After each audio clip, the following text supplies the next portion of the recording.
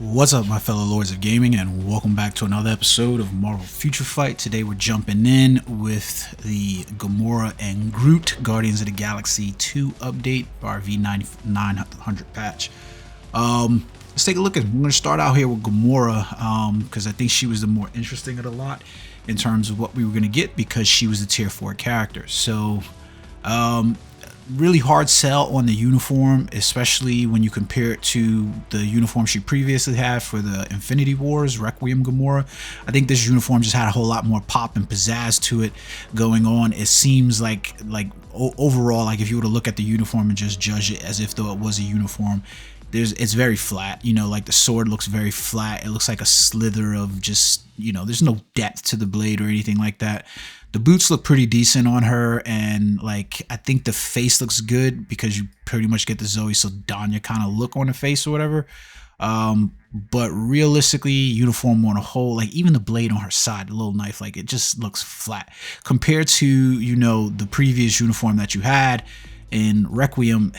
Just it doesn't even match. Like even if, like, I mean, you can go back to this uniform from Guardians of the Galaxy 2 and the blade still looks really bad.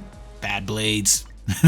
Bad blades, I guess. They just like they reused that same blade almost for this uniform. I don't know. It's not that great of a uniform, if I'm basically being honest. That's just the truth of the matter. So we're gonna purchase it anyways, just because, you know, that's what we do for content around these pots. So all right, so let's take a look overall at the uniform selection inside here for what she's got. First up in the hopper is Jessica Jones. Again, I try to judge the uniform options not based on whether or not they currently fit within a defined meta, so much as whether they fit within the defined meta of that character. Meaning, like, if you were to go to Jessica Jones, this is the best uniform for Jessica Jones. So like if a new player was coming in to join the game, this would be the uniform that they most likely want to select compared to the previous Jessica Jones uniform that they had. And this is also happens to be a really good uniform.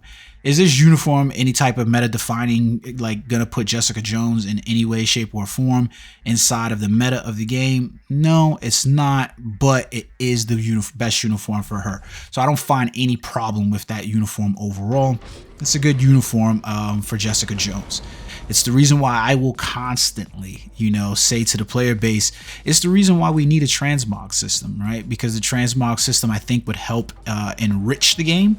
So that way, you know, you basically are getting more, the developers are getting more from the game. And I think players would get more from the game, because I would love to purchase this uniform and get the change skills and effects, but be able to equip the better looking of the uniforms that Gamora has with the Requiem uniform. That's just my opinion, right? Next up, we get Emma Frost, Hellfire Golem. So this is a good uniform for Emma Frost. It's her best uniform that she currently has. Is this uniform like groundbreaking in any sort of way? No. And the really bad part, I guess you could say, about this uniform is that Emma is a crystal walled character. So this makes the uniform upgrade option for Gamora pretty expensive. Like now, the question that I also look at a lot of times when I judge on whether or not the uniform option is expensive for that character is you still got to go inside and actually look at the upgrade. You know what I mean? So like, for instance, if I was going inside here for Emma Frost and looking at the uniform, I basically have 3 options inside here: physical attack, energy attack, and HP. These things are going to impact my character greatly, so I want to be able to max out these stats to get them without being able to automatically do that, because I've got to basically go in and purchase a uniform upgrade ticket basically for this Emma Frost uniform. Kind of knocks the value down a little bit. So like, strong knock, because it is a crystal walled character inside the game. Like, my opinion, you might have a different one, so let me know how you judge it, or in the comment section below. But that's essentially how I get after the uniforms, right? Next uniform option is Blade, the Vampire Slayer. Personally, I thought that there were better uniform looks for Blade. Like, I really like this one, and I still don't feel like any of the, I'm just gonna say it, I don't feel like any of the black superheroes in Marvel Future Fight necessarily get the love that they deserve. That's the truth of the matter. Blade, I think that this was a good uniform for him. It was a good uniform for him. Let's be honest with you about that. It was definitely an upgrade. But you can see here that when he got this uniform, guess what? he didn't get no tier 3 or anything like that either, right? He just basically got the uniform. It was like, what the hell was the point of that? Like, at this point in the game, especially, you know, it's just, I don't know, man. Hopefully in the future we'll basically see Mahershala Ali's character Blade. We know that that's now probably going to be delayed with the writer strike that's currently going on, so that's sad. But we knew the Mahershala Ali movie wasn't coming out for a while anyways, but so I don't think a lot of people are going to want to invest in that uniform because of the fact that Blade doesn't have a tier 3, so that makes him less likely to be a usable character inside the game. So when you weigh that against the uniform options, you end up with 2 uniform options now that kind of make the game really expensive for you as a player to invest in the Gamora uniform. That's the way I'm looking at it. Next up, we get Loki TVA, Loki's uniform. Both of these were released as synergy uniforms. Both of them are good uniforms. I quite frankly use this look more than I use this look, although I prefer this one overall. Actually, no, you know, I think I use this one. I have to double check, but I think overall that's a good uniform option for Gamora because it is a free-to-play option, so you don't have to worry about anything there in terms of leveling up Loki. It's also a synergy uniform, so more than likely if you do purchase it, you're gonna have the other uniform that you want to level up as well, so you'll get the mythic on one and the mythic on the other when those uniform sale deals go on. On top of that, Loki probably has a uniform coming. I think October schedule is when the next season of Loki begins, so you can probably expect to see something there for Loki in October. So you still got some time before we essentially end up with an upgraded uniform for the character, right? That's the way I'm boiling it down, right? So lastly, for the uniform, you get Hela, Asgardian Invasion, right?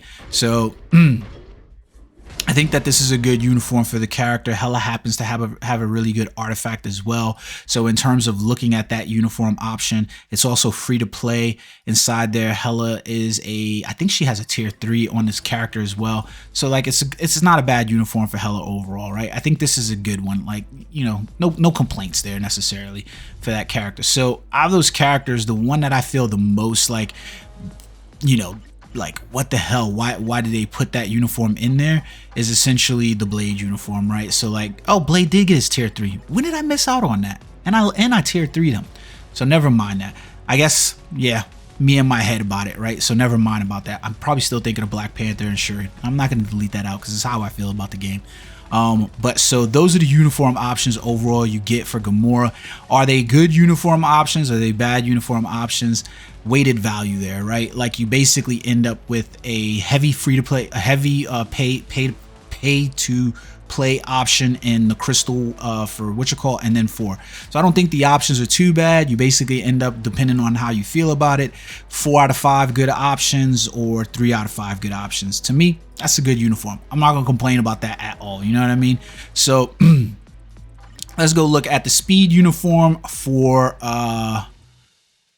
Gamora. I don't know why I jumped off her, because I want to see what the I don't know when I'm going to take her to that. But anyways, let's go take a look at her for her skills inside of here. So she's had a lot of skill well, I can't say a lot of skill updates for her, but let's take a look inside her skill tree. Some of the skills that she's had basically look really cool. The main one that you're really looking at is her leadership ability, where it applies to all speed types. So this isn't Guardians of the Galaxy, it's all speed types, which I think puts her in a really good place as well, because that leadership is 60% increase of all physical attacks, and it increases all speed by 6%. You don't really care about the all speed by 6%, but that 60% increase in physical attack is bonkers. It's really good, especially since it applies to all speed types and not just Guardians of the Galaxy allies. This is really, really good because at some point, regardless, you could be using Gamora for a lot of the speed type characters. I don't think you have a whole lot of speed type characters with really, really good leadership, and Gamora fills a really, really good hole there. So I think that's really good, right? So let's take a look at some of her skills that we've got inside here for changes. Her first skill is now called Assassination Plot. Not a whole lot on it. I do think that the skill looks really cool. The one thing I will say is that you'll notice that there is no iframes on this skill whatsoever. So I don't see you pressing that button a whole lot if you're using Gamora. Second skill is lightning petrification. It does have paralysis on it, and it does have iframes. So that's good opening skill if you really need to just stick a target in place. Like you can see the paralysis bubbles hit above the head there. They go purple pretty much halfway through the skill, and they seem to have like a longer than 3-second cooldown time, runtime on them. So not a bad skill overall. Now, the skills that you're primarily going to be using for Gamora are 3, 4, and 5. So let's take a look at those. Her third skill is now called Slayer's Pain, stun paralysis. It also has her recovery of 30% HP. And where do we like to see our recovery happen? At the beginning of a skill tree, right? She also gets her 100% chance to penetrate with super armor inside of that skill. Kind of weird that they put the penetration skill on her inside here, because it makes you think that you're going to be using her for PvP. And then you get the damage accumulation on this skill. So realistically, at this point, we know that we're probably opening up with a third skill, because that's the accumulation. Iframes on there. Nice jump in the air, nice little slam down there. Can't complain too much, right? Like it's not flashy as you would probably like, but it's not a bad skill overall in terms of looks. We've seen better though, right? Our fourth skill is Killing Blow. We get Burn Shock. We also get the 60% chance to penetrate there with super armor, and then we get the 100% chance to grant all damage immunity, increase all basic attacks by 35% for 5 seconds on there. So we've got the fourth skill. So more than likely, we're going to be rolling a 3 into 4 combination. The one thing before we hit this fourth skill we want to see, well, we'll come back to the third skill. So we hit the fourth skill, she throws out some grenades, and she basically goes on attack. So now what we want to see, going back to 3, now that is open, is when we can actually cancel the skill. Can you immediately cancel? We get the heal, right? And then we basically come in, and you're basically going to lose out some there. It's basically what you can see from that, right? The fourth skill, you can basically go inside this skill, and you can throw the bombs, and you can delay and still get the skill off. But there is a slight delay inside of this skill. You have to kind of wait for the bombs to release, and I'll show you that here in a second. So like the third skill, it's a delay, and then you can, like once the swords go out, then you're good to go. But if you try to cancel from 4 immediately without throwing this, you're going to miss out on some of the damage. You see that? So you have to wait for that motion inside her skill where she releases the bombs, and then you can cancel the skill and maintain the damage that you want from the fourth skill. Now her fifth skill is called Ruthless Blade. In this one, she applies stun. She gets the 60% chance of missing attacks. So this is cool, right? Because it seems like the third and fourth and fifth skills have somewhat of PvP and PvP in mind. I don't know that she's strong enough to basically be a PvP character, but we don't know. Maybe she's going to have some kind of a viability inside Otherworld battle. I need to make a video update about that one. But maybe, right? So anyway, she's also getting the Invincible. She gets the increased basic attacks, defense for 40%, all speed 1%, critical rate by 40%. And then most importantly, you can see on here that she gets the increased basic damage for 70% for 1 attack for 5 seconds. This lets you know that you're basically going to be running a 3, 4, 5 cancellation inside the wheelhouse. So essentially, here goes the fifth skill. Slams down, and then she rotates in. Nice little skill, like it's reminiscent of the third skill or fourth skill, third skill a lot there, because she's like just up in the air again, right? Essentially. So what is your rotation probably going to look like? It's probably going to be 3 delay cancel, 4 delay cancel, 5, and then probably what you're looking at is the 6 ability, her potential transcendent skill is going to be 6, so that way you get the Drax, and then 3, 4, 5, and then probably you'll rotate 7, 6, 3, 4, 5. So her tier 4 skill basically gives her an increase of chain hit damage by 50% when attacking, and she recovers 10% HP. Now the weird thing is I didn't see the green highlight for her getting her recovery. Is it not on the 4th skill or her 3rd skill? Her 3rd skill I thought had the recovery, but I didn't see it activate. So let me see. Where does it activate inside there? I don't see it activate. That's weird. I'm not like, normally there's like a green cloud, and maybe my eyes aren't quick enough right now. I did come from a full day of looking at numbers, but I don't see it activate. So it's kind of weird. We'll have to see how it plays out when she hits things. So anyways, let's take a look at what they have for the practice combo inside here. So yes, so we've got 3, 4, and then 5, and we'll be able to look at the numbers 3, 4, and then 5. So really simple. It looks like it's a little off though, because I like that wanted me to cancel really quickly. but I know that I'm not getting the full damage if I cancel before she throws the bomb. Okay, she throws the bombs pretty quick. Okay, so 3, 4, 5. So her second combo, 3, 4, 6, 5. Let's see how that works out. 3, 4, 6. It's a fail, so I failed that one. Reset the combo inside here. Let's go back. So it's 3, 4, 6, and then 5.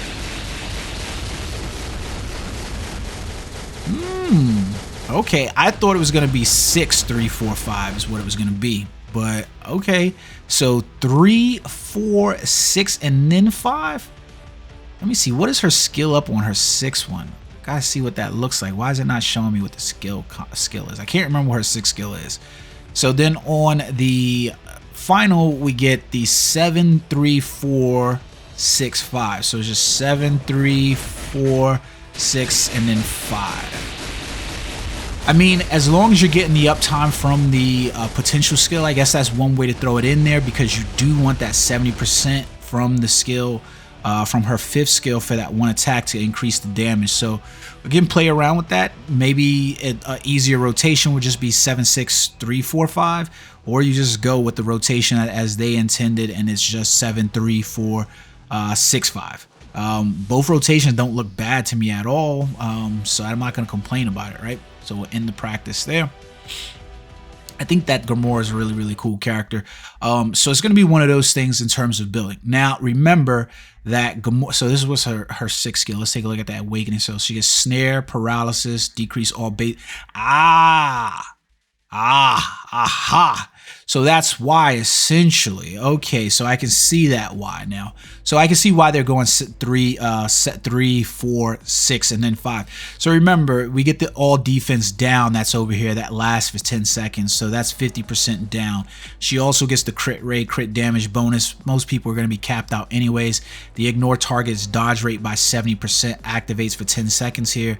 We get the invincibility as well inside the skill, which probably protects us when we jump up in the air for that 5th skill attack. We get to remove all debuffs, so we're really just pushing out the damage. And then we get the increased basic damage by 50% for one attack. So that'll happen on your 6th, on your awakening skill, and then we get increase all basic attacks by 25, and then you roll that into your 5th skill, and then you get the increase all basic attacks defense by 40, with the increased basic damage by 1. So that kind of makes sense. I get it. I guess I get that. 3. Yeah, we'll try that out and play with it. I think overall it's a good character. We've already had a artifact for Gamora out in the game, which increases your critical damage. So not too bad there in terms of what the character is. Whether you're going to be playing her with the CTP of Rage or CTP of Energy is the question. She's got a lot of chain hit damage going on, so you would think that it's going to be an Energy. I don't know. I'll have to test her out and play with her inside of some of the game modes. I'll probably play with her. Like, it's weird too, right? So I want to point this out, that how good that they did do Gamora, right? Because we got Star-Lord where he's basically in the game. So let me go inside my team build over here. So you've got Gamora and you've got Star-Lord, and Star-Lord has his leadership where he's just basically applying the 60% increase of energy attack, and people have been using Star-Lord for quite some while just to go at your energy, to go at your blast types as leadership type characters, which isn't bad, right, at all. But so you've got Gamora now, who's also getting her tier 4, and she is going to basically get that speed type. She's going to basically affect your speed type characters, which is going to make her really good because she gets the 60% increase to all speed types, right? So that's a really, really good thing because she's basically standing on her own. So you're never going to really probably build a team where you've got Gamora or Peter Quill on the same team because they're not going to benefit from their own leaderships. So you basically end up with individual characters who are part of a team, which is really, really cool to me. Like when you look at, like, you know, Rocket, he's a support to Peter Quill, is clear about that. You know, you know, Mantis, when you look at her skill tree as well for her passives and stuff like that, she applies to all allies. So you could put her on Peter, or you could put her on Gamora's team in order to give you that supervillain damage faction inside there as well. She doesn't provide very much else inside of the in the way of like your characters, so she's just like a standalone inside there. But I kind of like it overall thematically. So that's my first impression of the character. I plan on playing with her inside some World Boss Legend and seeing how she does, and I'll bring you guys some video of that, and we'll see how long. But hope you guys enjoy the video. Until next time, peace.